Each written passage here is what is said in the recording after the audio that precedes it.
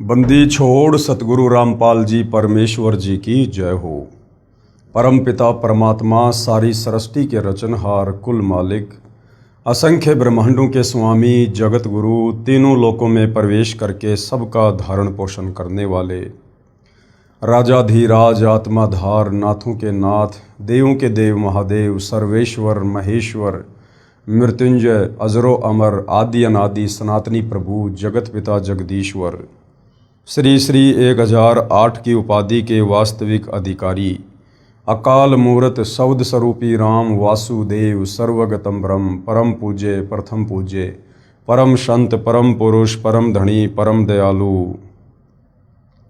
सत्य कबीर हक्का कबीर अल्लाहु कबीर अल्लाहु अकबर बाखबर अल्लाह ताला जगत के तारणहार जगत के मुक्तिदाता जगत के जगन्नाथ हारे के सहारे हिंदुओं के राम मुसलमानों के अल्लाह सिखों के वाहिगुरु ईसाइयों के मसीह दया के सागर दयानिधि करुणा के सागर करुणानिधि स्वयंभू परिभू संकट मोचन कष्ट हरण मंगल करण दुख भंजन अविगत कबीर निर्विकार निर्विषम परमात्मा अलय अलेख सतगुरु आदि अनादि सतगुरु असली मर्यादा पुरुषोत्तम असली राम असली कृष्ण असली घनश्याम असली मुरारी राजाओं के राजा महाराजाओं के महाराजा शहंशाहों के शहंशाह सम्राटों के सम्राट भगवानों के भगवान अल्लाहों के अल्लाह प्रभुओं के प्रभु मसीहाओं के मसीह सच्चे वाहिगुरु बाबाओं के बाबा पीरों के पीर सेठों के सेठ जगत सेठ सावड़सा सेठ सर्वगुण संपन्न अनंत कोटि कलाओं के स्वामी अनंत कोटि ब्रह्मांडों के नायक योगियों में महायोगी ध्यानियों में महाध्यानी सिद्धों में परम सिद्ध ज्ञानियों में तत्वज्ञानी ब्रह्मज्ञानी महाज्ञानी परम ज्ञानी सर्वश्रेष्ठ ज्ञानी विज्ञानी युवा कबीर समृत कबीर असमवात अमित ओजा सच्चे रहनुमा करीम अल्लाह सुभान अल्लाह दुनिया के अंतिम पैगंबर 8 सितंबर 1951 से गांव धनाना जिला सोनीपत हरियाणा भारतवर्ष की पावन भूमि पे प्रकट रियल कल्कि भगवान श्री नारायण साकार हरि श्री बाबा साहेब नूर अनंत परमात्मा सच्चे दरवेश सच्चे बाखबर संत श्रोमणी सतगुरु रामपाल जी परमेश्वर जी के चरण कमल में आप और हम सभी भाई बहनों का अनंत कोटि दंडवत प्रणाम। सत्साई भाई और बहनों, बहुत बड़ी दया बहुत बड़ी मेहर पूज्य गुरुदेव भगवान की परमेश्वर रामपाल जी की, जिनके शुभ आशीर्वाद से विशेष आशीर्वाद से उनके अमृत सत्संगों का संग्रह पवित्र पुस्तक ज्ञान गंगा के ऊपर वीडियो बनाने की श्रृंखला जारी है। इसी श्रृंखला में आज हमारा ये 21वें नंबर का वीडियो है और प्रत्येक वीडियो में हमें अध्यात्म के विषय में बहुत कुछ जानने और समझने को प्राप्त हो रहा है। तो भाई और बहनों, ये जो पवित्र आध्यात्मिक पुस्तक ज्ञान गंगा है, ये सर्व धर्मों के सर्व धर्मशास्त्रों के ज्ञान से परिचित है। यानी जो ज्ञान सदियों से सतयुग से लेकर वर्तमान समय तक जो आध्यात्मिक ज्ञान हमारे सदग्रंथों में भक्ति और भगवान को लेकर लिपिबद्ध है, जिस ज्ञान का सार आज तक हमारे धर्मगुरु आचार्य शंकराचार्य इस ज्ञान का निष्कर्ष निकाल कर भगत समाज को नहीं दे पाए कि वास्तव में शास्त्र अनुकूल भक्ति क्या है, सत भक्ति मंत्र क्या हैं, परमात्मा कौन है, कैसा है, कहाँ रहता है, कैसे मिलता है, वो तमाम ज्ञान आज इस पवित्र पुस्तक ज्ञान गंगा में सतगुरु रामपाल जी ने जिस प्रकार से मक्खन को गर्म करके और घी बनाकर फिर कई वर्षों के लिए सुरक्षित रख दिया जाता है, उसी प्रकार से सतगुरु रामपाल जी ने सदियों से उलझे हुए इस आध्यात्मिक ज्ञान को साफ सुथरा करके निष्कर्ष निकाल के और भगत समाज के सामने अब अपने सत्संग और अपनी पवित्र पुस्तकों के माध्यम से सार्वजनिक कर दिया है।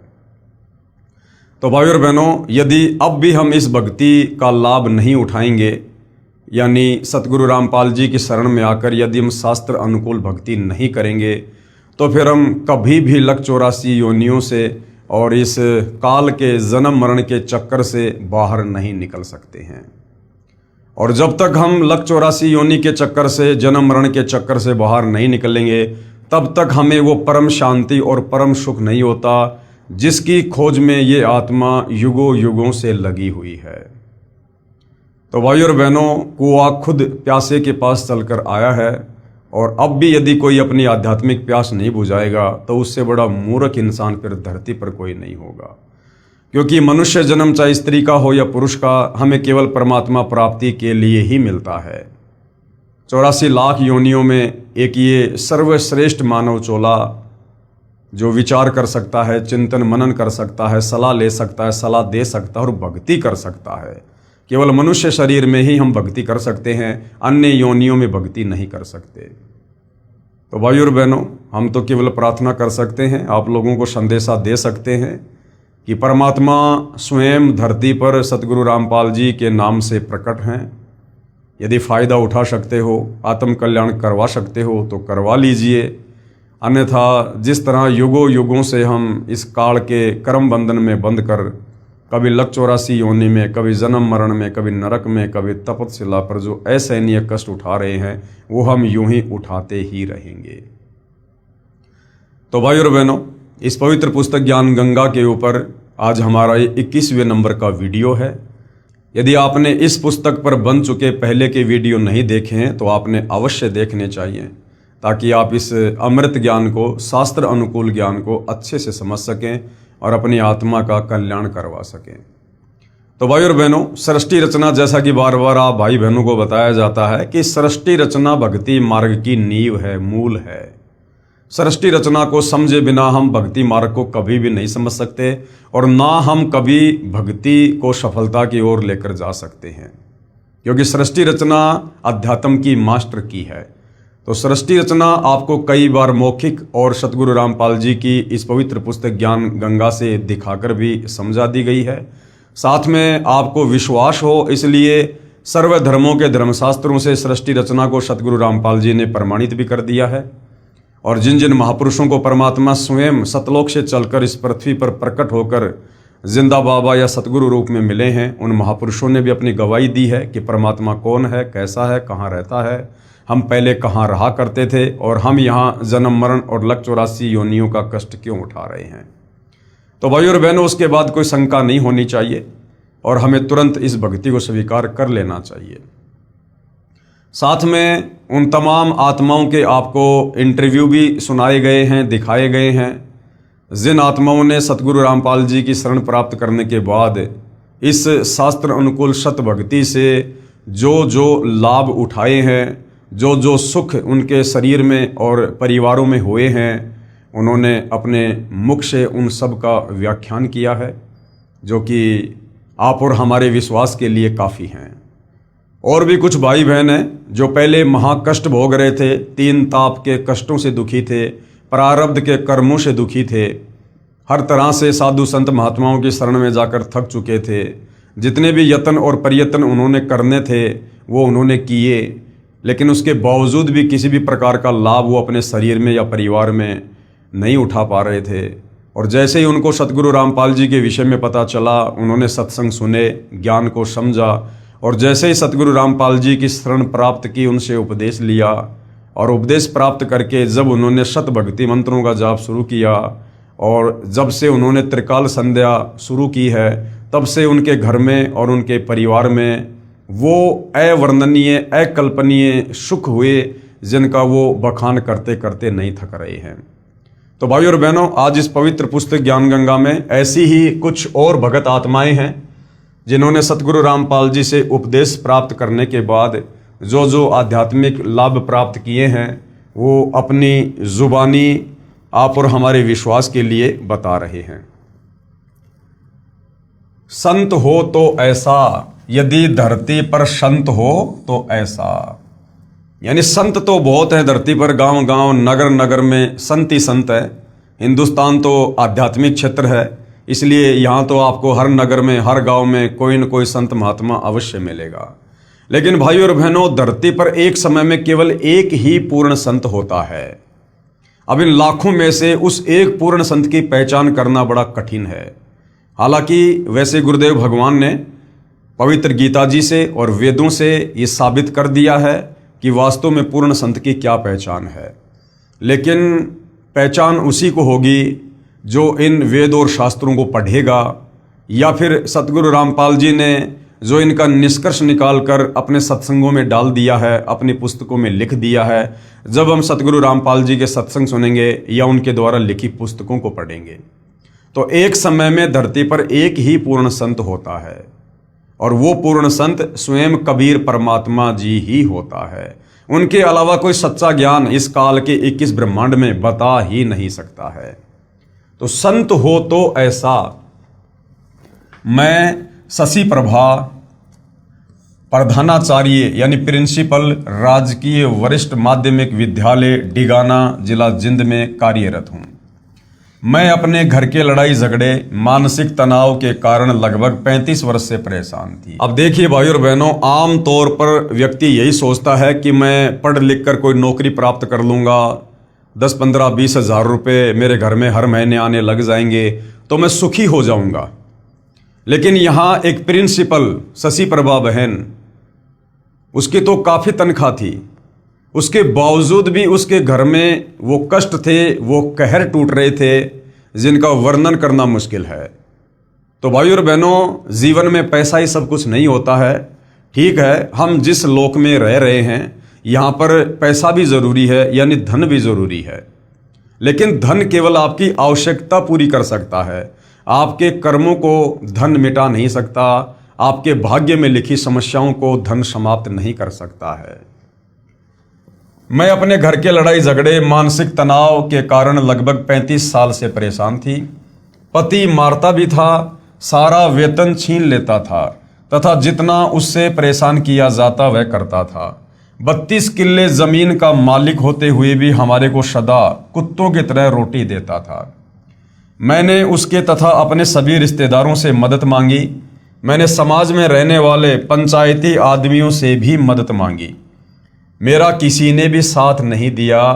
ये विचार करके कि संत बिगड़े कार्यों को संवार दिया करते हैं, मैंने आनंदपुर बीना मध्य प्रदेश वाले को गुरु बनाया। लेकिन घर में वही कलेश।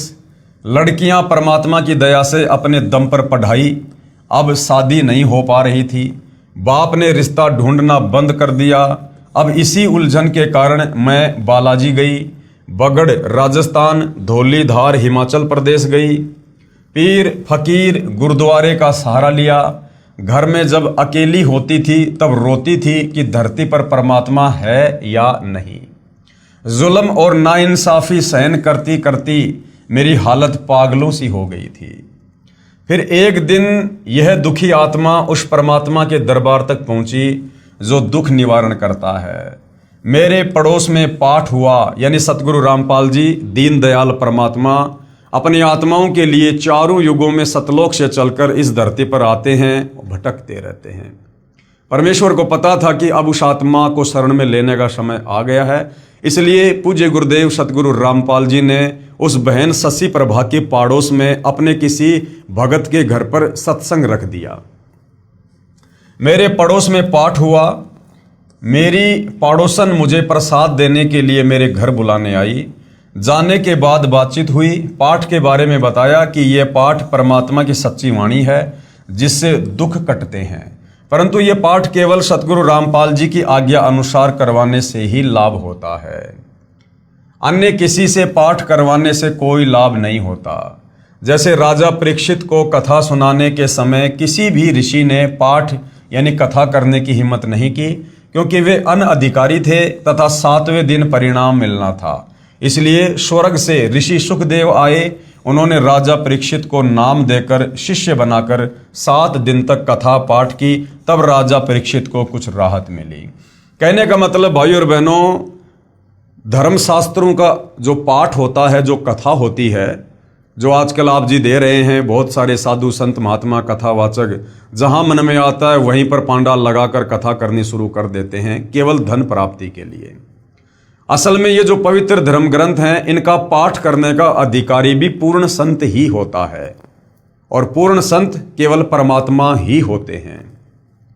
बाकी लोग अनधिकारी हैं, उनके द्वारा इन शास्त्रों की कथा किसी भी प्रकार का कोई भी आध्यात्मिक लाभ ज्ञान यज्ञ के अलावा आप जीवों को नहीं दे सकती है। तो सतगुरु रामपाल जी ही वर्तमान में इस पूरी पृथ्वी पर वो चाहे श्रीमद् देवी भागवत हो, चाहे सुधा सागर हो, चाहे गीता जी हो, चाहे चारों वेद हो, चाहे किसी भी प्रकार की कथा हो, उस कथा को कहने के वास्तव में एकमात्र अधिकारी परम संत वर्तमान में धरती पर सतगुरु रामपाल जी ही हैं। उनके मुख कमल से सुनी हुई कथा और उनके द्वारा करवाए गए धार्मिक अनुष्ठान से ही हमें सर्व आध्यात्मिक लाभ हो सकते हैं, अन्यथा नहीं होंगे। वर्तमान में कोई भी वास्तविक ज्ञान व सत्य साधना से परिचित नहीं है, इसलिए कोई भी पाठ कर देता है जिससे साधक को कोई लाभ नहीं होता है।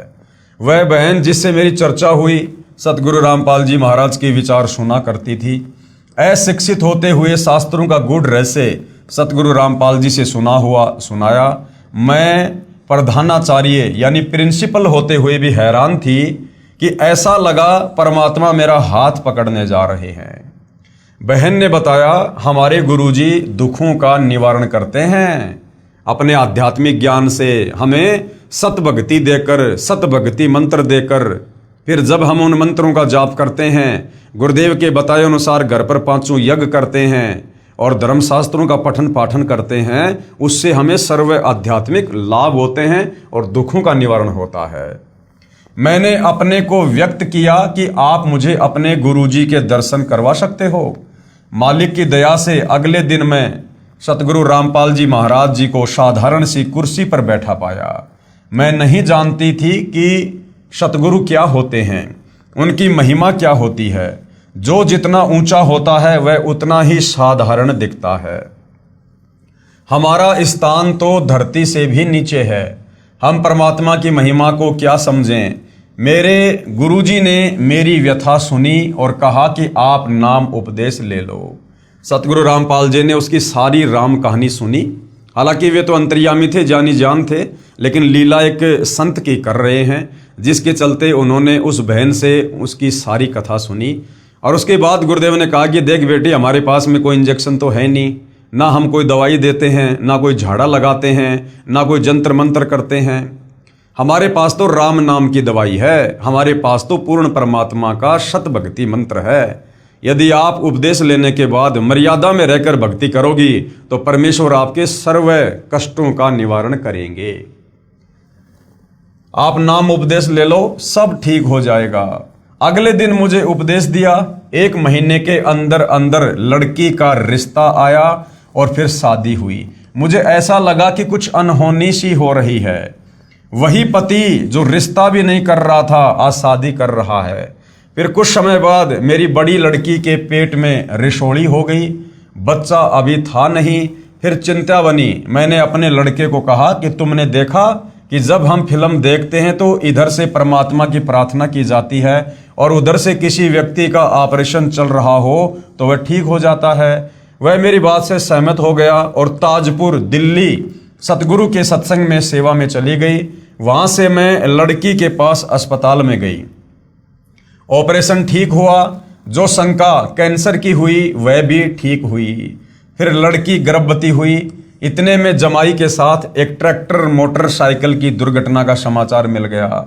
मुझे तो मेरे पूज्य गुरुदेव जी के अतिरिक्त कुछ नहीं सूझता।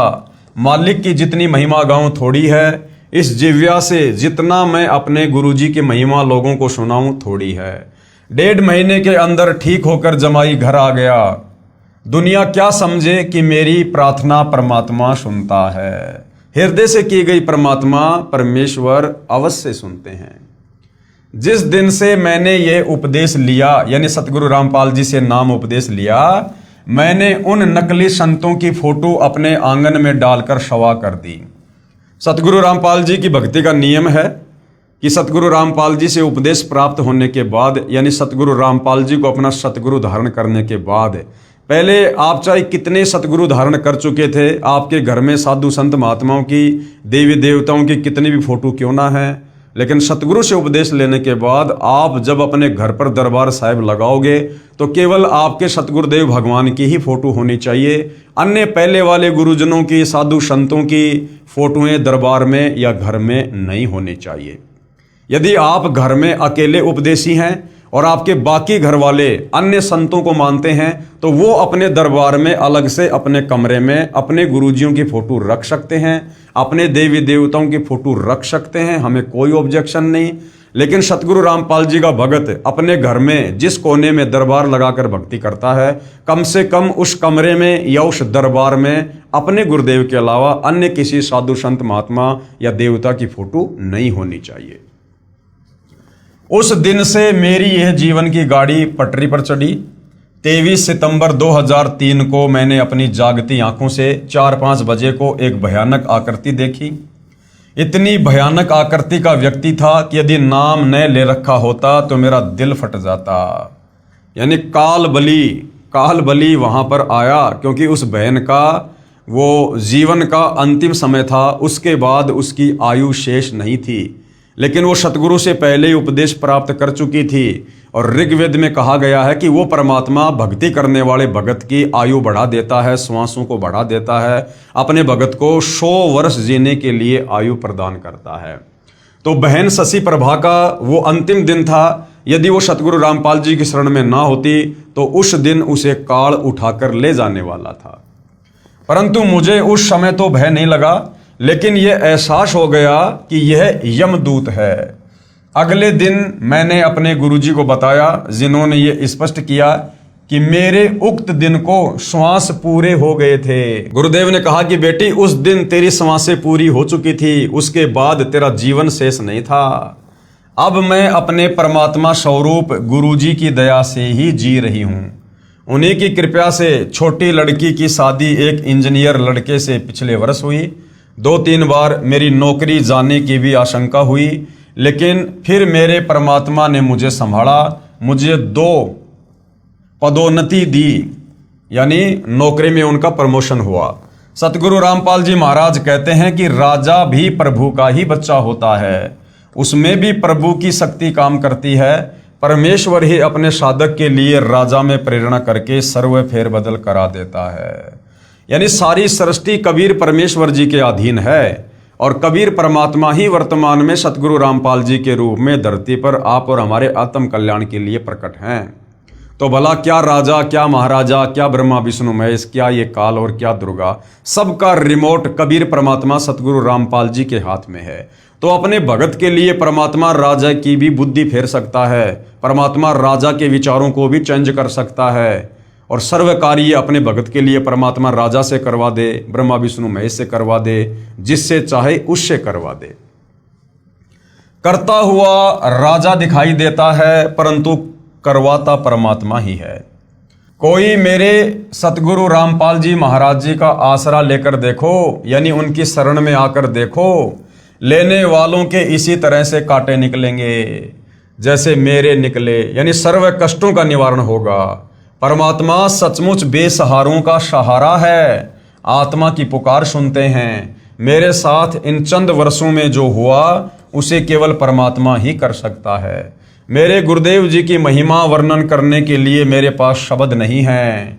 7 समुद्र की मसी करूं, लेखनी करूं बनराय, सब धरती का कागज करूं, पर सतगुरु के गुण लिखे न जाएं। ये स्वयं ही कबीर साहिब के अवतार हैं, यानी स्वयं ही कबीर परमात्मा धरती पर अवतार लेकर अवतरित हुए हैं। जो परमात्मा का दीदार चाहता है वह करोथा आना ना भूले।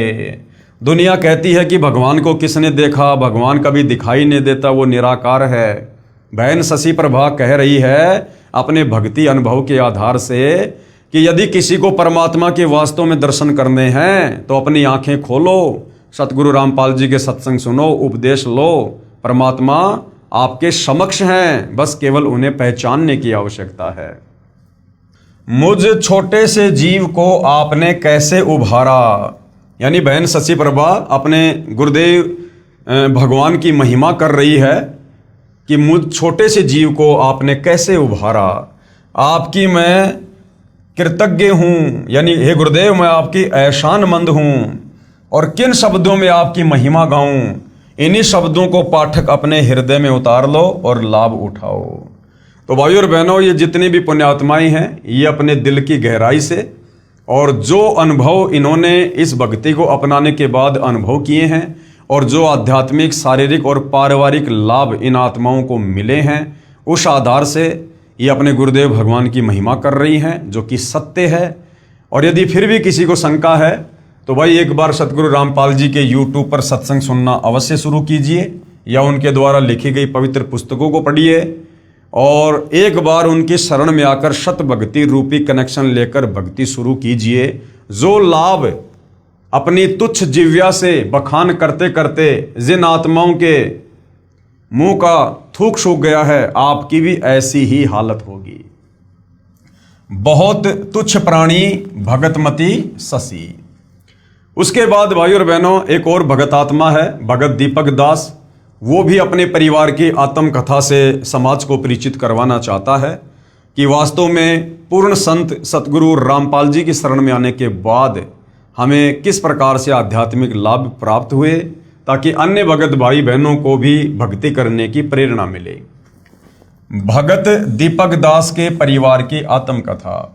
बंदी छोड़, यानी जो काल के बंधनों से छुड़वा दे, गधा कुत्ता सूअर बनने से छुड़वा दे, जन्म और मरण के चक्कर से छुड़वा दे, तपस्या के कष्ट से छुड़वा दे, नरक जाने से छुड़वा दे, उसको कहते हैं बंदी छोड़। यानी इस काल बलि ने, जो ब्रह्मा विष्णु महेश का पिता है, दुर्गा का पति है, इस काल ने हम आत्माओं के ऊपर जो कर्मों के बंधन डाल रखे हैं, जो हम युगों युगों से उन बेड़ियों में जकड़ कर यहाँ पर अपने प्रारब्ध में कष्ट भोग रहे हैं, उन तमाम कर्म बंधनों से जो हमें छुड़वा दे, उसको कहते हैं बंदी छोड़।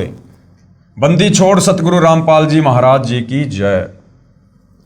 मुझदास का नाम भगत दीपक दास पुत्र श्री बलजीत सिंह, गांव महलाना, जिला सोनीपत है।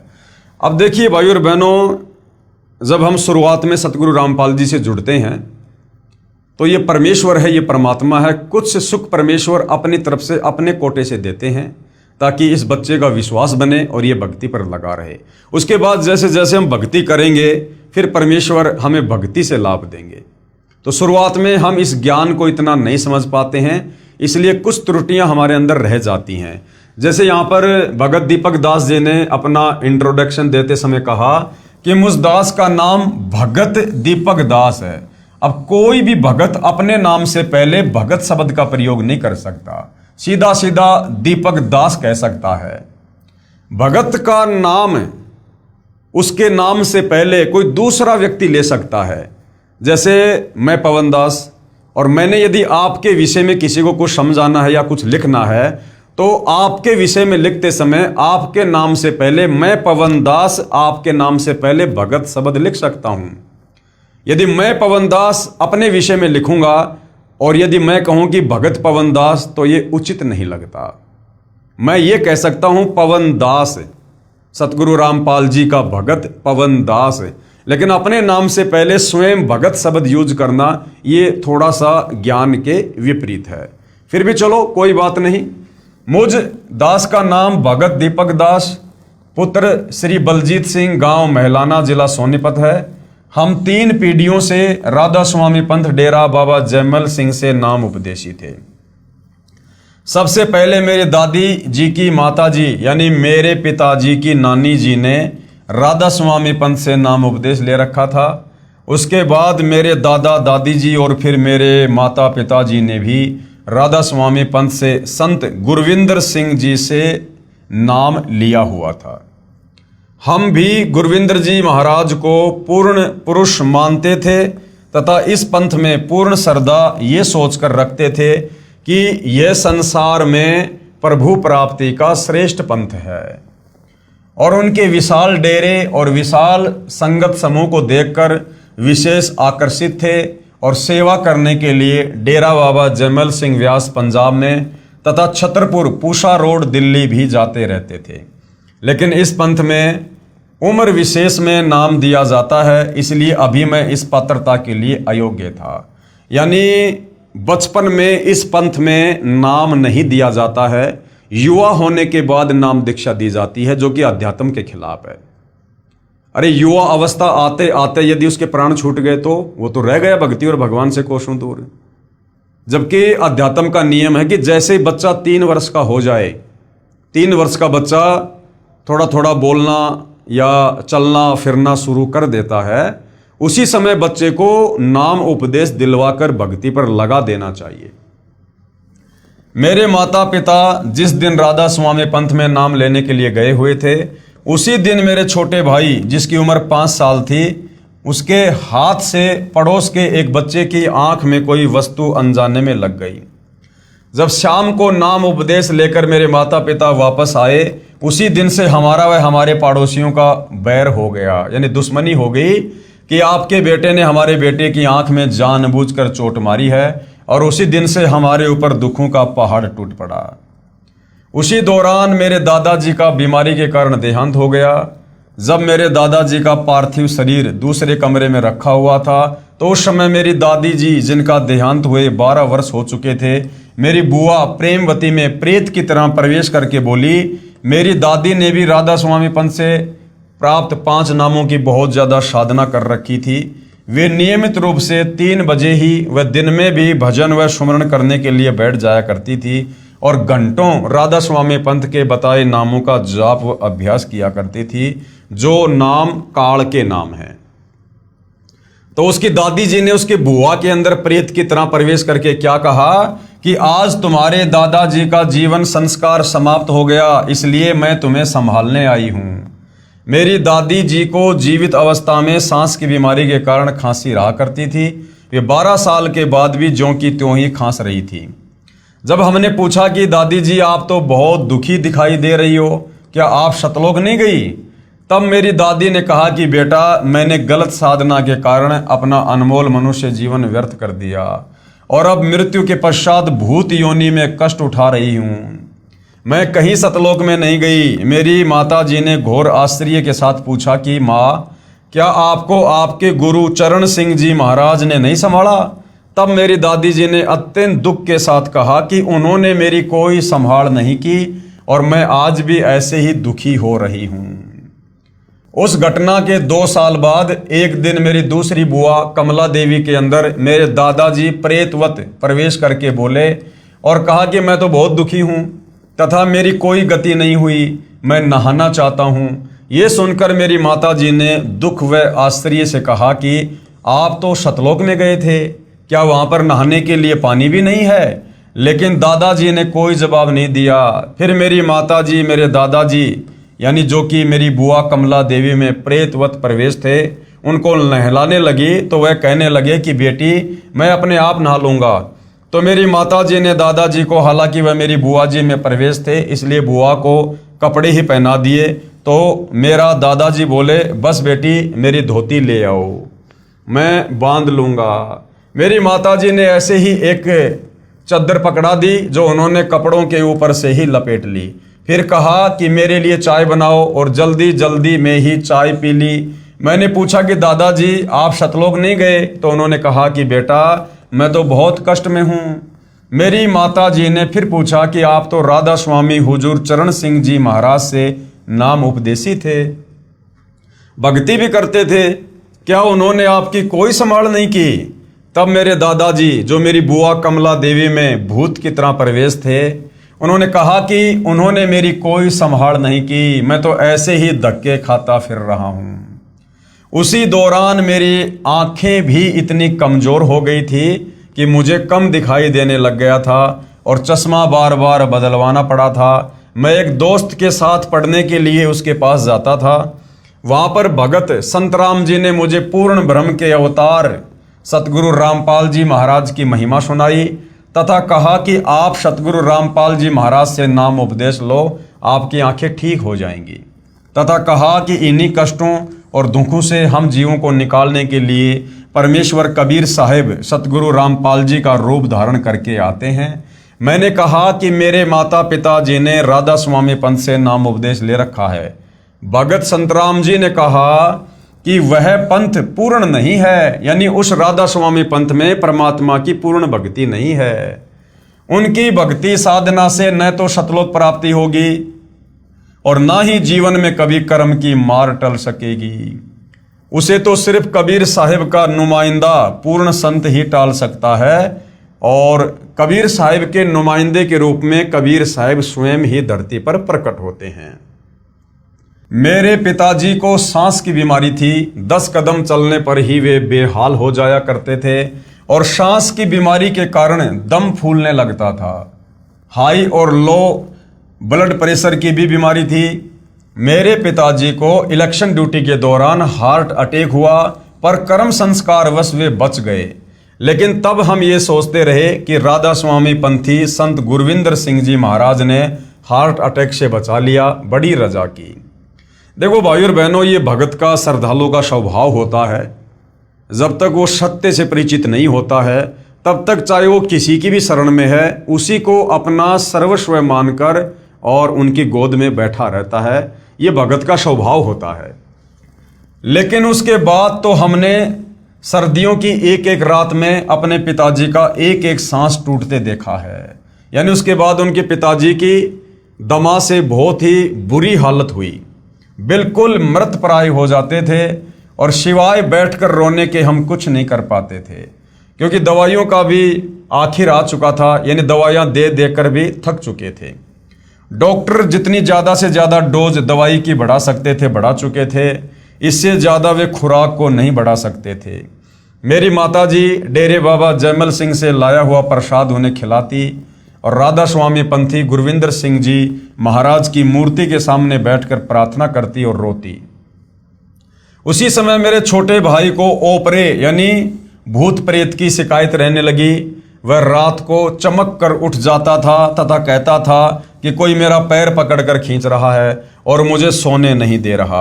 यानी राधा स्वामी पंथ से दीक्षा भी ले रखी, उन गुरुओं के कहे अनुसार भक्ति भी कर रहे हैं, उसके बावजूद भी शरीर में, घर में, परिवार में दुर्गति ज्यों की त्यों। वो भी बहुत बीमार रहने लगा, छोटा भाई भी। पूर्ण परमात्मा कबीर परमेश्वर जी की दया से मुझ दास को यानी दीपक दास को 8 अक्टूबर 1998 को सतगुरु रामपाल जी महाराज से नाम उपदेश प्राप्त हुआ। सतगुरु रामपाल जी महाराज जी की असीम कृपा से 20 दिन के अंदर ही मेरा चश्मा उतर गया तथा मैंने दवाई खाना भी छोड़ दिया।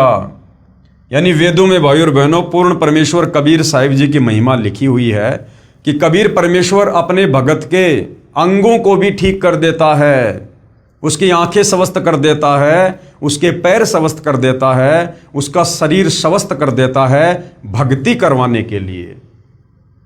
तथा मैंने दवाई खाना भी छोड़ दिया। मुझे सतगुरु रामपाल जी महाराज पर पूरा विश्वास हो गया था। भगत संतराम जी ने घर पर आकर मेरे माता पिताजी को भी समझाया कि आप पूर्ण परमात्मा कबीर साहिब के नुमाइंदे पूर्ण सतगुरु रामपाल जी महाराज से नाम उपदेश लो, आपके सर्व कष्टों का निवारण हो जाएगा। यहाँ पर जो बार बार ये नुमाइंदा शब्द आ रहा है भाई और बहनों कि भाई पूर्ण परमात्मा कबीर साहिब के नुमाइंदे पूर्ण संत रामपाल जी, नुमाइंदे का मतलब होता है कि कबीर जी के द्वारा भेजा गया संत। तो भाई और बहनों, जब आप इस आध्यात्मिक ज्ञान में आगे बढ़ेंगे तो आप जी को पता चलेगा कि सतगुरु रामपाल जी स्वयं ही सतलोक से चलकर आए हैं। ये स्वयं ही कबीर परमात्मा हैं और परमात्मा कभी भी सतलोक से इस काल के लोक में जीवों से भक्ति करवाने के लिए अपना नुमाइंदा संत नहीं भेजता है।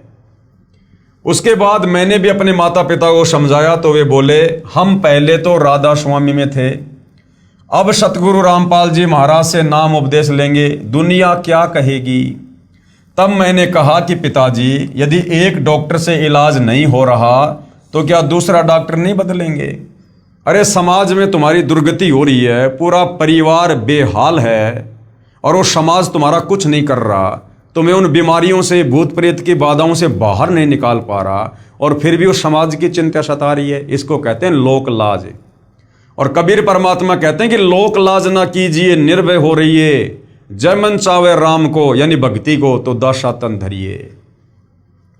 परंतु दुखी बहुत थे। कुछ समय बाद कबीर परमेश्वर जी की शरण में आ गए और राधा स्वामी पंथ के उन 5 नामों का त्याग करके पूर्ण सतगुरु रामपाल जी महाराज से नाम उपदेश ले लिया।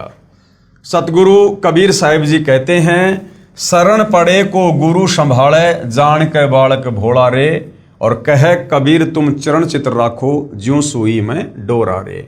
क्योंकि नादानी में परमात्मा प्राप्ति की चाहत में कष्टों के निवारण के लिए आप आत्मा को जहाँ कहोगे वो वहीं जाकर साधु संतों की शरण ले लेती है। क्योंकि आत्मा भोली होती है, आत्मा अपने कष्ट निवारण चाहती है, आत्मा मोक्ष चाहती है, लेकिन आत्मा को यह ज्ञान उस समय तक नहीं हो सकता जब तक पूर्ण परमात्मा कबीर साहिब स्वयं धरती पर तत्वदर्शी संत के रूप में प्रकट होकर इन धर्म शास्त्रों से हमें परिचित नहीं करवाता है। और जब तक हमें पूर्ण संत की पहचान का पता नहीं चलता है और भगवान की वास्तविक भक्ति का पता नहीं चलता है इन शास्त्रों को देखकर, तब तक भाई और बहनों श्रद्धावश हम ऐसे ही भटकते रहते हैं। तो कहते हैं शरण पड़े को गुरु संभाले जान के बालक भोला रे। सारे परिवार के नाम लेने के साथ ही हमारे अच्छे दिन शुरू हो गए। मेरे भाई का ओपरा यानी वो प्रेत बाधा ठीक हो गया, पिताजी का स्वास्थ्य बिल्कुल ठीक हो गया। पहले वे 10 कदम भी नहीं चल सकते थे, अब एक आदमी के साथ लगकर चीनी की बोरी को उठा लेते हैं।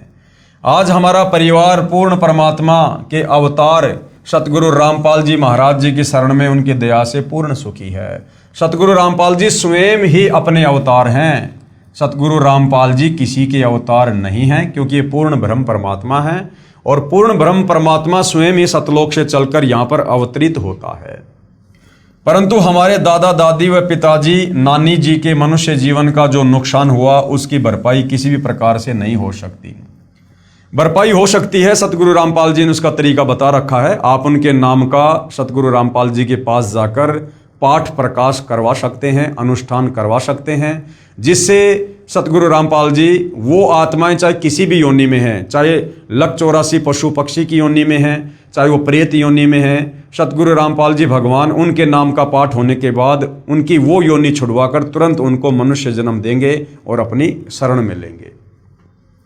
यदि किसी आदमी की जान बचाने के लिए लाखों और करोड़ों रुपए खर्च कर दिए जाएं और उसकी जान बच जाए तो उसे उस खर्च हुए पैसे का कोई मलाल नहीं होता और सोचता है कि चलो जान तो बची, लेकिन आज चाहे कितनी भी कीमत चुकाने पर भी मेरे दादा दादी का जीवन, जो कि शास्त्र विरुद्ध साधना राधा स्वामी पंथ द्वारा बताए 5 नामों की साधना करने से बिल्कुल व्यर्थ चला गया।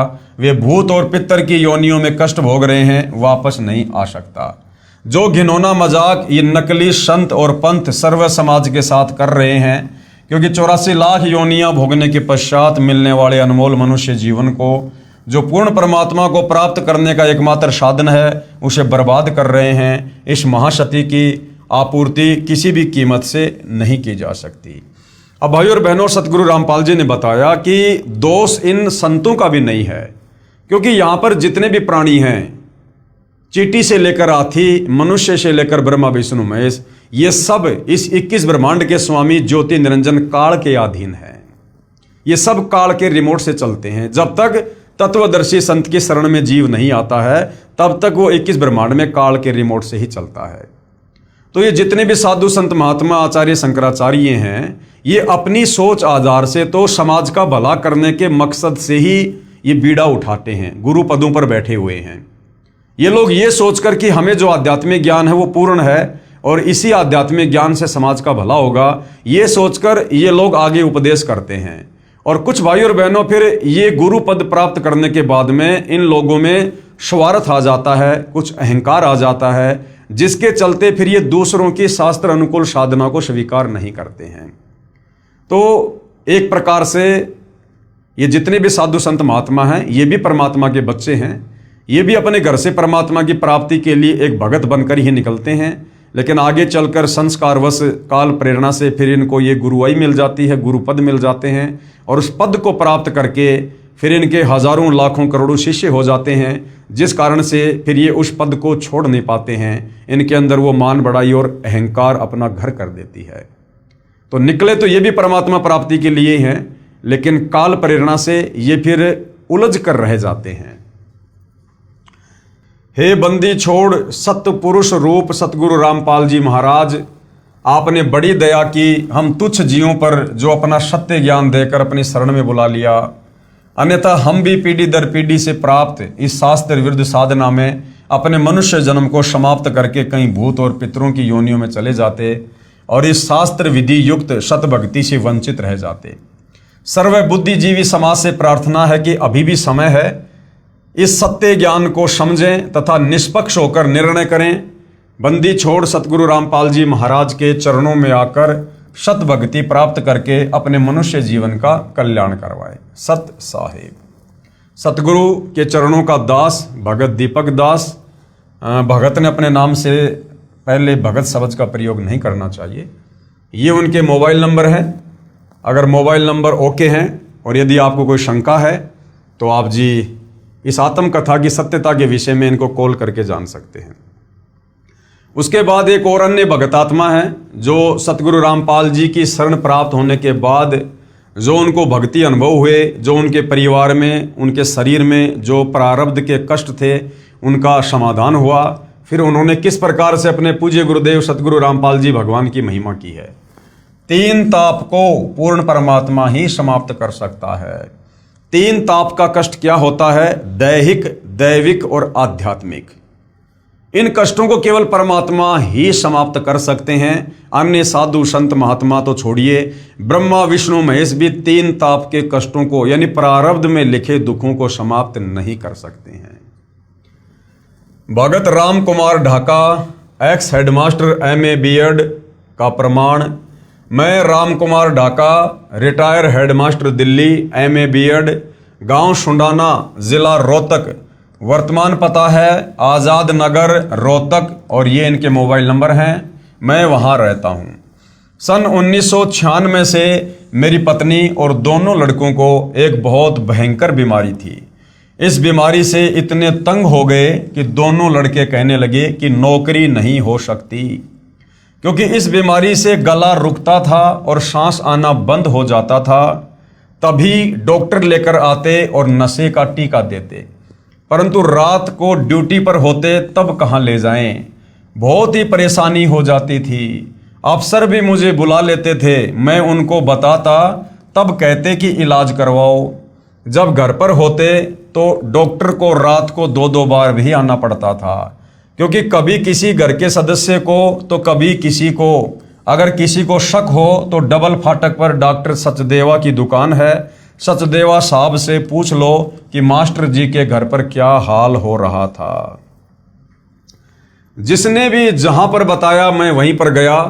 उत्तर प्रदेश में कराना शामली के पास, उत्तर प्रदेश में खेकड़ा, राजस्थान में बालाजी कई बार, खाटू श्याम जी व कई जगह जंतर मंत्र वालों के पास हरियाणा में, तो मैंने कोई जगह नहीं छोड़ी, परंतु कोई फर्क नहीं लगा। क्योंकि भाई 3 ताप का कष्ट था और 3 ताप के कष्ट को यहाँ पर ब्रह्मा विष्णु महेश भी नहीं काट सकते। इन छोटे मोटे जंतर मंत्र करने वालों की तो फिर बिसात ही क्या।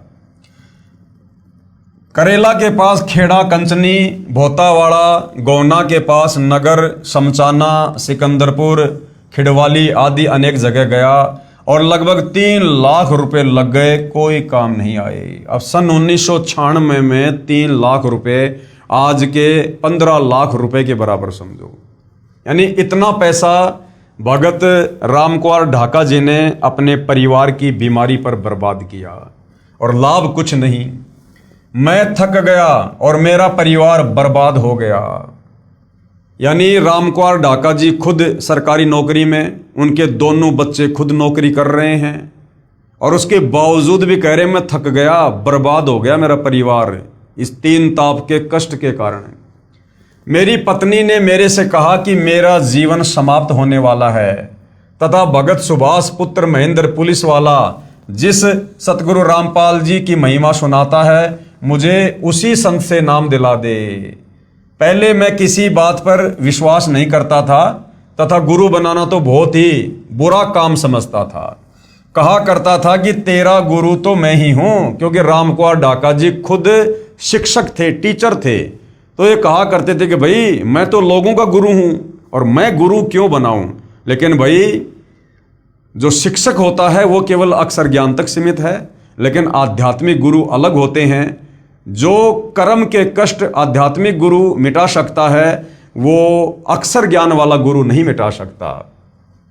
मैं MA B.Ed, मेरे से ज्यादा कौन गुरु होगा, परंतु परिस्थितियों ने मुझे विवश कर दिया तथा मैंने ये भी स्वीकृति अपनी पत्नी को दे दी कि आप नाम ले लो।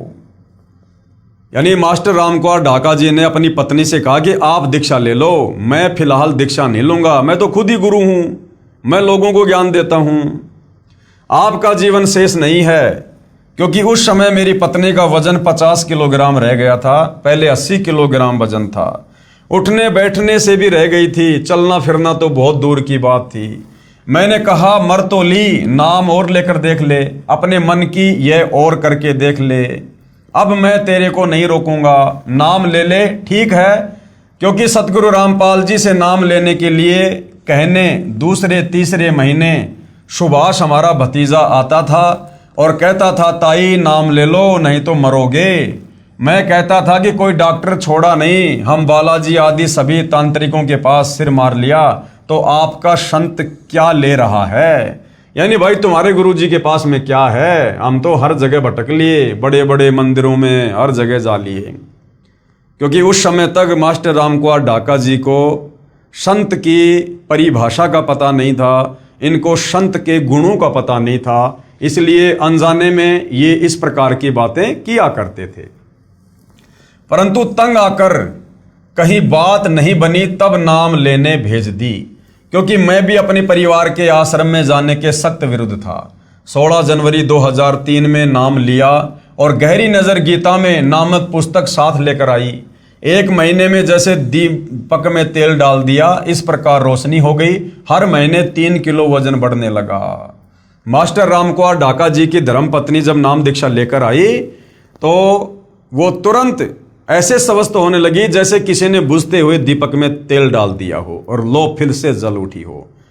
और साथ में वो सतलोक आश्रम करोथा से गहरी नज़र गीता, जो सतगुरु रामपाल जी ने पवित्र गीता जी का निष्कर्ष निकालकर एक पवित्र पुस्तक लिखी है, वो पुस्तक भी साथ घर पर लेकर आई। मेरी पत्नी के नाम लेने से ही मेरे बड़े लड़के को भी बगैर नाम लिए ही अच्छी नींद आने लगी। क्योंकि घर में परमात्मा का प्रवेश हो गया, और जिस घर में परमात्मा का प्रवेश हो जाता है फिर वहां से दुष्ट आत्माएं, प्रेत आत्माएं पलायन करना शुरू कर देती हैं।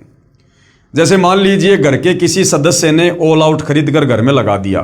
अब ऑल आउट तो खरीद कर वो लाया, लेकिन मच्छरों से मुक्ति अन्य को भी मिल जाती है। तभी उसने अपनी पत्नी को नाम दिलवाया, यानी मास्टर रामकुमार ढाका जी के लड़के ने भी अपनी पत्नी को नाम दिलवाया। फिर मैंने गहरी नज़र गीता में पुस्तक पढ़ी, तब मैं भी गहराई में गया तो पाया कि ऐसा ज्ञान कभी नहीं पढ़ा और ना कभी सुना था। और मैंने भी अप्रैल 2003 में नाम दीक्षा ले ली। आज मेरे घर में सभी बड़े बच्चे तक सब नाम ले चुके हैं और भक्ति कर रहे हैं।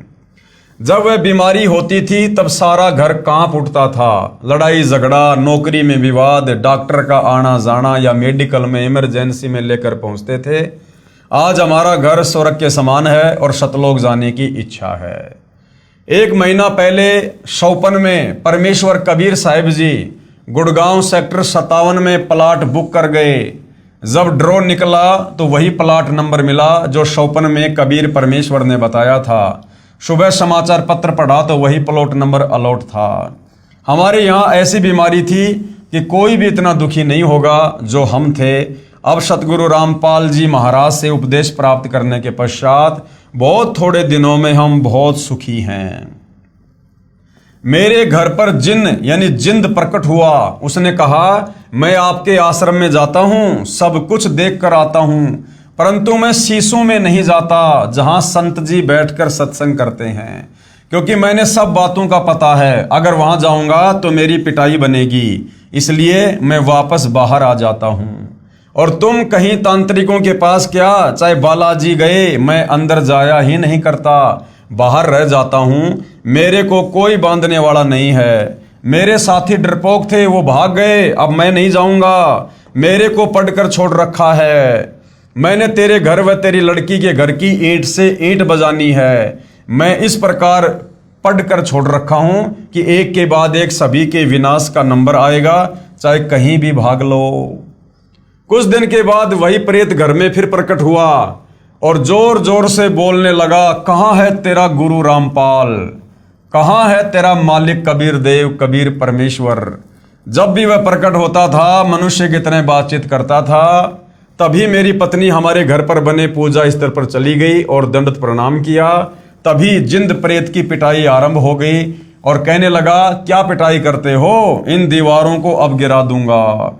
उसकी अच्छी पिटाई हुई। वो कहने लगा, हाय ये तो दीवार नहीं लोहे का जाल है। सरिये हैं। ये मालिक रामपाल जी कहाँ से आ गए? ये तो बरवाड़ा सत्संग करने गए हुए थे। उस दिन सतगुरु रामपाल जी महाराज बरवाड़ा जिला हिसार में सत्संग करने गए हुए थे। मैं तो इसलिए आया था कि मालिक यहाँ पर है ही नहीं। अब भाई और बहनों, जब हम इस ज्ञान की गहराई में जाएंगे तब हमें पता चलेगा कि सतगुरु रामपाल जी का जिस घर में एक बार प्रवेश हो जाता है, यानी उपदेश प्राप्त करने के बाद में जिस घर में सतगुरु रामपाल जी की भक्ति शुरू हो जाती है, फिर वहां कोई प्रेत व्रेत नहीं आ सकता। तो यहां पर ये जो जिंद कहा जा रहा है कि हमारे घर पर आया और इस प्रकार से बोला, तो भाई और बहनों, ये सारे खेल सतगुरु रामपाल जी परमेश्वर जी के हैं। उस भगत राम कुंवर ढाका के परिवार को विश्वास दिलाने के लिए ये सारा खेल सतगुरु रामपाल जी ने स्वयं ही जिंद के रूप में खेला, ताकि उस परिवार को सतगुरु रामपाल जी की शरण में आने के बाद उनकी भक्ति पर विश्वास हो और आज के बाद वो अन्य किसी भी साधु संत महात्मा या तांत्रिक के चक्कर में पड़कर अपने जीवन को बर्बाद ना करे। तो परमेश्वर इस प्रकार से भी अपनी आत्माओं को अपनी शरण में बनाए रखते हैं। जिंद ने कहा कि मैं आया था तुम्हारी ईंट से ईंट बजाने, परंतु मेरी ईंट से ईंट बज गई। मेरे को नरक में डालेंगे, मैं चला जाऊंगा, मुझे छुड़वा दो। करोथा आश्रम में सतगुरु रामपाल जी बैठे हैं, इनको आदमी मत समझना, पूर्ण परमात्मा आए हुए हैं, इनको मत छोड़ देना, नहीं तो खता खा जाओगे, यानी धोखा खा जाओगे। ऐसे ही खेड़ा कचनी वाला पंडित भी इलाज करता था। तो सतगुरु रामपाल जी ने स्वयं के ऊपर विश्वास करवाने के लिए इस प्रकार की लीला जिंद के रूप में इस परिवार के साथ की। जब मैं खेड़ा कचनी में गया तो उस पंडित ने बताया कि आपका परिवार एक के बाद एक करके खत्म हो जाएगा। मैंने नहीं मानी, परंतु शाहपुर में ही भाई की लड़कियों की शादी कर रखी है तथा वह पंडित भी शाहपुर का ही है। फिर पंडित जी ने हमारे चौधरी को बताया कि रोहतक वाले चौधरी राम कुंवर के यहाँ बहुत खतरनाक बीमारी है और सारा परिवार नष्ट हो जाएगा, उनको बुला कर लाओ। तब हमारे चौधरी साहब ने बटेऊ को मेरे पास भेजा। हमारे बटेऊ जिले सिंह ने बताया और वह साथ लेकर गया। बुलाना तो आसान था, परंतु फिर इलाज बहुत मुश्किल हो गया, उसके काबू में नहीं आया। मंगल व शनिवार को रात के समय 5-5 चौकियां आती थी, उन्हें उतारता और साथ में तालाब में डाल देता। ये कार्यक्रम 4 साल तक चलता रहा, परंतु बाद में हाथ खड़े कर दिए। मैं बोतावाड़ा जिंद एक स्याणे के पास पहुंचा। उसने कहा कि तेरी बीमारी मैं काट दूंगा, आपकी बीमारी का मुझे पता है। वह हमें कई बार बालाजी भी ले गया, यानी सतगुरु रामपाल जी की शरण में आने से पहले की बातें हैं ये। न उस स्याणे के काबू में आया और ना ही उसके मंदिर में, क्योंकि मंगल व शनिवार को चौकियों के आने से उसको इतना तंग कर दिया कि वह भी हाथ खड़े कर गया। क्योंकि चौकियां जब आती थी तो मेरे पास भी संदेश आ जाता था कि रात 9 से 2 बजे तक आग जलाकर पानी का लोटा लेकर और लाठी लेकर जागते रहना है। यह कार्यक्रम सन 1996 से 2002 तक चलता रहा। बोतावाले के पास जब चौकी आई तो उसमें एक पर्ची मिली थी। बोतावाले शाने को कहा था कि 20 से हट जा, तेरे को 50,000 रुपये दे देंगे, नहीं तो तेरी भी खैर नहीं। उसने डर के कारण मुझे इनकार कर दिया। मैं दिन में दिल्ली नौकरी करने जाता और रात को पहरा देता, कभी रात को डॉक्टर को बुला कर लाता। मेरी बहुत ही दुर्दशा थी। कौन कह रहे हैं? मास्टर राम कुंवर ढाका जी। मैं ऊपर के काम से तथा सारा परिवार बीमारी से बहुत तंग था। किसी को कहते तो मजाक करते थे, किसी ने भी साथ नहीं दिया। बहुत पैसे, लगभग 3 लाख खर्च हो गए। मेरी पत्नी चांदकौर को थायराइड हो गई थी। जनवरी 2003 में डॉक्टर ओपी गुप्ता ने थायराइड के लिए तिमारपुर दिल्ली अस्पताल में दाखिल करवाने के लिए मार्क कर दिया, परंतु वहां न जाकर मैं मेडिकल में डॉक्टर चुग, इसका स्पेशलिस्ट था, उससे इलाज करवाया। उसने कहा सारी उम्र दवा खानी पड़ेगी, परंतु अब 2003 में सतगुरु रामपाल जी से नाम लेने के बाद दवाई बिल्कुल समाप्त हो गई। मैंने डॉक्टर चुग को भी चेक करवाया तो हैरान हो गए ये कैसे हुआ और उनको सारी बातें समझाई। अब मेरे लड़के व मेरी पत्नी की सभी बीमारियां बंदी छोड़ ने ठीक कर दी। किस बंदी छोड़ ने? सतगुरु रामपाल जी ने। बड़े लड़के का नाम सुरेंद्र कुमार तथा छोटे लड़के का नाम मनोज कुमार है। दोनों हरियाणा पुलिस में नौकरी करते हैं। जब वे दोनों ही उस जिंद भूत से ग्रस्त थे, वह घाल ने भी उन पर कई बार अटैक किया, लेकिन नाम उपदेश ले रखा था, इसलिए उनको परमात्मा कबीर साहिब ने बचा लिया।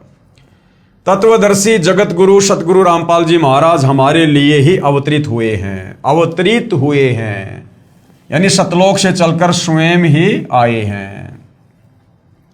क्योंकि जिस परिवार में दो लड़के नौकरी पर दोनों में ही जिंद हो तो उस घर में क्या होगा। जिस औरत के दोनों लड़कों के साथ ऐसा खिलवाड़ हो और खुद में भी जिंद हो तो क्या जिंदगी है। जो लोग करोथा आश्रम के बारे में ज्ञान अर्जित नहीं करते वे लोग अंधेरे में हैं, क्योंकि पढ़ने के लिए दिमाग दिया है। पढ़िए और सोचिए कि वास्तविकता क्या है। यानी दुनिया के बहकाने में मत आइए। जिन्होंने करोथा आश्रम को लेकर और सतगुरु रामपाल जी को लेकर जो समाज में तरह तरह की भ्रांति अपने स्वार्थवश फैला रखी थी, आप उन लोगों की बातों पर विश्वास ना करके या तो सतलोक आश्रम करोथा में जाकर, हालांकि ये बहुत समय पहले का इंटरव्यू है, वर्तमान में सतगुरु रामपाल जी मई 2026 में सतलोक आश्रम धनाना में है। हालांकि करोथा आश्रम का भी कार्य जोर शोर से चल रहा है। आने वाले समय में हो सकता है सतगुरु रामपाल जी सतलोक आश्रम करोथा में बैठकर भी सत्संग करेंगे। तो कहने का मतलब है किसी के कहने से संतों के विषय में अनाप शनाप बातें करना या उनकी निंदा करना महापाप का भागी होता है। आप या तो संत जी से डायरेक्ट जाकर मिलिए या संत जी के प्रवचन सुनिए, उनके द्वारा लिखी पुस्तकें पढ़िए, जिससे आप सत्यता से परिचित हो सके। हमारा परिवार बर्बाद हो गया था। मेरे बच्चे और मेरी पत्नी जब ठीक हो गई तभी मैंने अपने आप को सतगुरु रामपाल जी के चरणों में समर्पण कर दिया। मेरा कुछ नहीं है, ये तन मन धन सब गुरु जी के चरणों में समर्पित करता हूँ। मेरी लड़की ने व दामाद ने भी नाम ले लिया। आज मेरी बेटी का घर भी स्वर्ग हो गया है। मेरा दामाद शराब पीता था, उसने शराब भी त्याग दी। मेरी लड़की की प्रमोशन, प्लाट, मकान आदि चंद दिनों में ही प्राप्त हो गए तथा सबकी मौज हो रही है। सन 2003 में बंदी छोड़ सतगुरु रामपाल जी महाराज ने हमारे पाप कर्मों रूपी सूखे घास के ढेर को सतनाम रूपी अग्नि से जलाकर नष्ट कर दिया। जब ही पाप हृदय धर्यो भयो पाप को नाश, और जैसे चिनगारी अग्नि की पड़े पुराने घास। यानी सतनाम वो 2 नाम का मंत्र है जो हमारे प्रारब्ध के पाप कर्मों को सुमरण करने से जलाकर यानी वो नष्ट कर देता है, मिटा देता है। न कोई गंडा, न कोई डोरी, न कोई राख, न कोई ताबीज आदि कुछ नहीं, बस केवल बंदी छोड़ के मंत्र यानी नाम उपदेश मात्र से सर्व रोग नष्ट हो गए। मंत्र तो मोक्ष प्राप्ति के लिए सभी बंधनों से छुटकारा पाकर सतलोक ले जाने का है। ये सभी बीमारियां तो रूंगे में कबीर देव की कृपा से ही समाप्त हो जाती हैं। रूंगा यानी मुफ्त में। यदि ऐसा ना हो तो भक्ति से विश्वास उठ जाता है। अब हम बहुत सुखी हैं। अब चाहे कोई कुछ भी करे हमारे घर पर कुछ नहीं हो सकता, क्योंकि हम बंदी छोड़ कबीर साहिब के हंस हैं, यानी सतगुरु रामपाल जी के भगत हैं, उनके चरणों में हैं। मैं भी नहीं मानता था, इन बातों को पाखंड कहता था, परंतु जब एक के बाद एक को डॉक्टर के पास ले जाता था तब बीमारी में पैसे भी लगे, तंग भी हुए, तब आंखें खुली वास्तव में ही जाल में फंसा रखा है। इसलिए अपने इस भ्रम को भुला देना कि भूत प्रेत कुछ नहीं है। मैं कहता हूं कि बकवास नहीं, ये बातें वास्तव में हैं, क्योंकि मरोड़ में मैंने अपने घर को बर्बाद कर दिया होता। इसलिए मैं सभी पाठकों से प्रार्थना करता हूं कि आप भी अपने समस्त दुखों से छुटकारा पाने व शत भक्ति करने के लिए सतलोक आश्रम करोथा में परम पूज्य सतगुरु रामपाल जी महाराज से मुफ्त में उपदेश प्राप्त करके अपने मनुष्य जीवन को सफल बनाएं। प्रार्थी हेडमास्टर रामकुमार MBEd, ये इनके मोबाइल नंबर हैं, आप जी संपर्क करके बात कर सकते हैं। उपरोक्त कुछ भगतात्माओं की आत्मकथाएं आपने पढ़ी। ऐसे ऐसे भगत हजारों लाखों हैं जो अपनी आत्मकथा पुस्तकों में लिखवाना चाहते हैं, लेकिन यहाँ पर स्थान के अभाव के कारण हम कुछ एक भगतों की आत्मकथा दे पाए। यदि सभी भगतों की आत्मकथा हम लिखने बैठ जाएं तो शायद सैकड़ों पुस्तकें छप जाएंगी। इसलिए समझदार व्यक्ति को इशारा यानी संकेत ही काफी होता है। भक्ति में भेद, भक्ति में बहुत भेद होता है, यानी भक्ति में बहुत अंतर होता है। अब भक्ति तो रामकुमार ढाका का परिवार मेहंदीपुर बालाजी जाकर भी कर रहा था, यानी वहाँ के संतों के कहने पर जो साधना होती है उसको भक्ति कहते हैं। भक्ति भगतात्माएं दूसरे संतों और पंथों में जाकर उन गुरुओं के कहने के अनुसार भी कर रही थी, परंतु उस भक्ति से किसी प्रकार का कोई भी आध्यात्मिक, शारीरिक या पारिवारिक लाभ उनको प्राप्त नहीं हो रहा था, क्योंकि वो भक्ति शास्त्रों के विरुद्ध थी, गीता और चारों वेदों के विरुद्ध साधना थी। तो भक्ति में लाभ होता है, और जैसे ही सत भक्ति सतगुरु रामपाल जी से मिली, जो कि शास्त्र अनुकूल साधना है, उसके बाद उनकी काया पलट हो गई। भक्ति भक्ति में बहुत भेद होता है। आप चाहे किसी देव देवी की भक्ति करें, उसका फल अवश्य मिलेगा जो कि नाशवान होगा, लेकिन मुक्ति नहीं हो पाएगी और पाप कर्म भी समाप्त नहीं होंगे, जिन्हें भोगने के लिए बार बार जन्म लेते रहना पड़ेगा।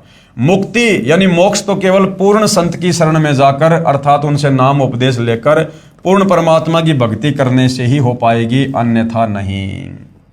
ये संसार समझदा नाही, कहंदा शाम दोपहरे नू, और गरीब दास ये वक्त जात है, रोगे इस पहरे नू। जिस प्रकार कोई शराबी व्यक्ति जेठ के महीने में गर्मी में शराब के नशे में धुत और धूप में रोड के किनारे पड़ा हुआ है, और कोई समझदार व्यक्ति उसको कहे कि भाई इतनी भयंकर गर्मी में तेरा शरीर पसीना पसीना हो रहा, मुंह में झाग आ रहे, भाई चल मैं तुझे छाया में लेटा देता हूँ, या मुझे अपने घर का पता बता, मैं तुझे तेरे घर पहुंचा देता हूँ। और वो नशेड़ी व्यक्ति कहेगी रहने दे, मौज हो रही है, कोई दिक्कत नहीं है, तू तेरा काम कर। तो कहते हैं ये संसार समझदा नाही, कहंदा शाम दोपहरे नू।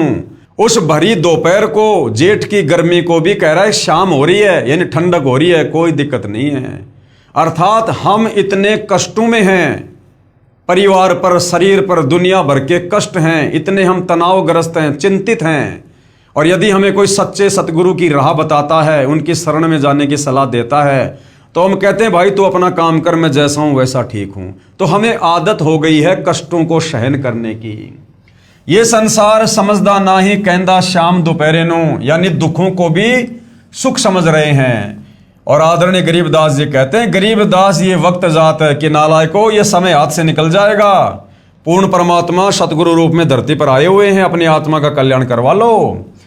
गरीबदास ये वक्त जात है, फिर रोगे इस पहरे नू, इस समय को याद कर करके कुत्ते बन के ऊपर मुंह करके रोया करोगे। फिर अगर आज समय रहते सतगुरु रामपाल जी की शरण में आकर इस सत भक्ति का फायदा नहीं उठाया तो भाई और बहनों, आज के इस वीडियो में गुरुदेव भगवान के आशीर्वाद से केवल इतना ही, क्योंकि कुछ एक आत्माएं थी जिनकी आत्मकथा आप भाई बहनों को सुनाना बताना बहुत ज़रूरी था कि किस प्रकार से सतगुरु रामपाल जी से उपदेश प्राप्त करने से पहले उनका जीवन, उनका परिवार नरक बना हुआ था।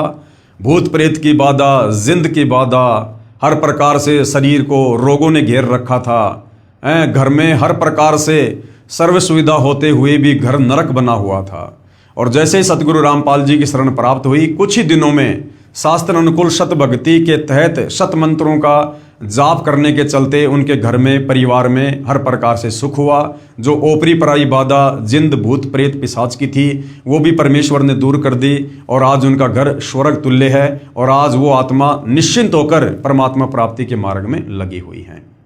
तो भाइयों और बहनों, ऐसा आपके साथ भी हो सकता है यदि आप जी भी उन परिवार की तरह दुखी हैं, कष्ट में हैं। और यदि आप कष्ट में नहीं हैं, दुखी नहीं है और आप बहुत अच्छे परिवार में हैं, आपके शरीर में भी कोई दुख नहीं है, तो भी भाइयों और बहनों आपने इस सत्य ज्ञान को स्वीकार करना चाहिए। इस ज्ञान को समझकर पूर्ण संत की शरण में आकर अपनी आत्मा का कल्याण करवाना चाहिए। क्योंकि हो सकता है पिछले प्रारब्ध के कारण आज आपके घर में सुख हैं, आज आपके शरीर में सुख हैं, लेकिन वर्तमान में सतगुरु रामपाल जी से शास्त्र अनुकूल सत भक्ति लेकर ना करने से अगले जन्म में क्या होगा उसका सोचिए। अगले जन्मों में क्या होगा जब गधे बनेंगे, कुत्ते बनेंगे, क्योंकि बार बार तो मनुष्य जन्म मिलता नहीं है। ये तो 184 योनियां भोगने के बाद एक बार मिलता है। और इस जन्म को यदि हमने भक्ति ना करके बर्बाद कर दिया तो आज हम चाहे देश के प्रधानमंत्री हैं, कितने सुखी हैं, अगला जन्म हमारा गधे की योनि से, सुअर की योनि से, कुत्ते की योनि से 184 में शुरू होगा। फिर हमें ये सुख नहीं होंगे, ये साधन उपलब्ध नहीं होंगे जो आज हम मनुष्य जन्म प्राप्त करके पिछले जन्म की भक्ति मलाई के कारण भोग रहे हैं।